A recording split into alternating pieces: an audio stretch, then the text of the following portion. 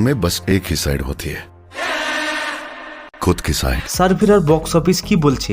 কালকে তাহলে 1000 কোটি পার করলো। আর এদিকে প্রভাসের আপকামিং মুভিতে থাকতে চলেছে কোরিয়ান অ্যাক্টর। প্রথমে আসি প্রভাসের কাছে। প্রায় 7 বছর পর কালকি মুভি দিয়ে হিটের দেখা পেয়েছেন প্যান ইন্ডিয়া সুপারস্টার প্রভাস। এবার তিনি কাজ করতে চলেছেন স্টার ডিরেক্টর সন্দীপ ভাঙ্গা রেড্ডির সাথে। তিনি কবির সিং ও অ্যানিম্যাল মুভিতে দর্শক মহলে তার আলাদা পরিচিতি প্রতিষ্ঠা করতে সক্ষম হয়েছেন। সন্দীপ ভাঙ্গা রেড্ডি ও প্রভাসের জুটি নিয়ে আসছেন স্প্রিট। বাহুবলীর পর একের পর এক ফ্লপের মুখ দেখেছিলেন প্রভাস, তবে প্রসাদ নীলের সালার দিয়ে ঘুরে দাঁড়ান তিনি।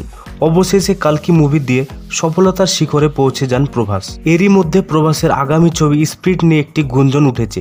এই ছবির ডিরেক্টর সন্দীপ ভাঙ্গা রেড্ডি প্রভাসের বিপরীতে আনতে চলেছেন কোরিয়ান সুপারস্টার মা ডং সোকে, যাকে কোরিয়ান ইন্ডাস্ট্রিতে ডনলি নামে সবাই চেনে, যদিও এখনও অফিসিয়ালি কিছু ঘোষণা হয়নি।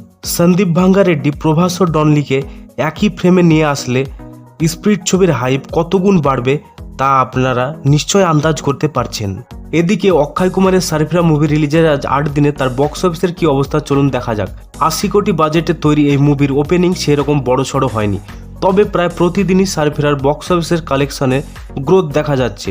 যদিও আরও 7 দিন সময় পায় তাহলে বাজেটের কাছাকাছি কালেকশন করতে পারবে।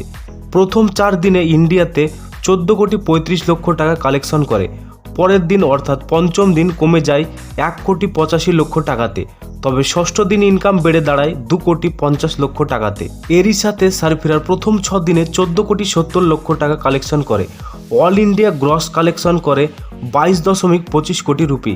আর এই সার্ফিরা ওভারসিজ মার্কেটে অর্থাৎ বিদেশে 6.85 কোটি রুপি কালেকশন করে। এখন পর্যন্ত 8 দিনে সার্ফিরা ওয়ার্ল্ড ওয়াইড 32 কোটি রুপি কালেকশন করে। তবে যেহেতু এই মুভির পজিটিভ রিভিউ আছে, সার্ফিরার বক্স অফিস কালেকশনের সামনের দিনগুলিতে গ্রোথ দেখা যেতে পারে। এবার আসি কালকি মুভির কাছে।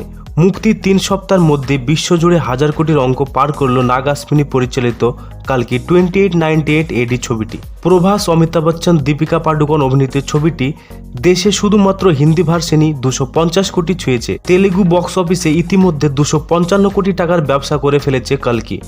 শনিবার অবধি দেশ জুড়ে মোট 586 কোটি টাকার এবং বিদেশে মাটিতে প্রায় 250 কোটি টাকার ব্যবসা করেছে ছবিটি। গত বছর শাহরুখ খানের জওয়ান ও পাঠান ছাড়া 1000 কোটির ঘরে পৌঁছায়নি কোনো ছবি।